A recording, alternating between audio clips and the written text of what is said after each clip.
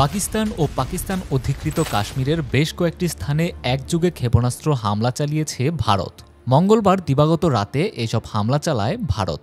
হামলায় ৭০ জন নিহত ও ৬০ জনের বেশি আহত হয়েছে বলে দাবি ভারতের। বুধবার এক প্রতিবেদনে এই তথ্য জানিয়েছে দেশটির সংবাদ মাধ্যম এনডিটিভি। প্রতিবেদনে বলা হয়েছে, বুধবার ভোররাতে ভারতীয় সন্ত্রাস বাহিনী পাকিস্তান ও পাকিস্তান শাসিত কাশ্মীরে ৯টি সন্ত্রাসী ঘাঁটিতে ২৪টি সুনির্দিষ্ট মিসাইল হামলা চালিয়েছে। এই অভিযানে লস্কর-ই-তওবা এবং জইশ-ই-মোহাম্মদের শক্ত ঘাঁটি মুরিদকে ও বাহাওয়ালপুরে হামলা করা হয়।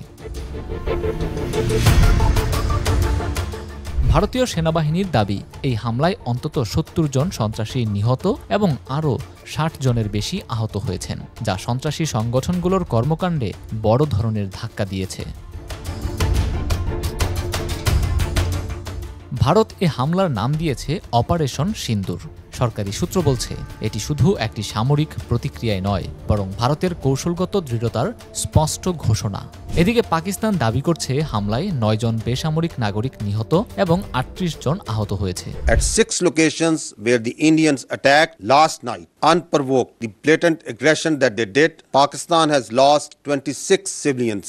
তবে ভারত সরকার বলছে, সব লক্ষ্যবস্তু জঙ্গি সংশ্লিষ্ট এবং সুনির্দিষ্ট লক্ষ্যবস্তুর দিকে হামলা করায় সাধারণ মানুষের ক্ষয়ক্ষতি ন্যূনতম হয়েছে।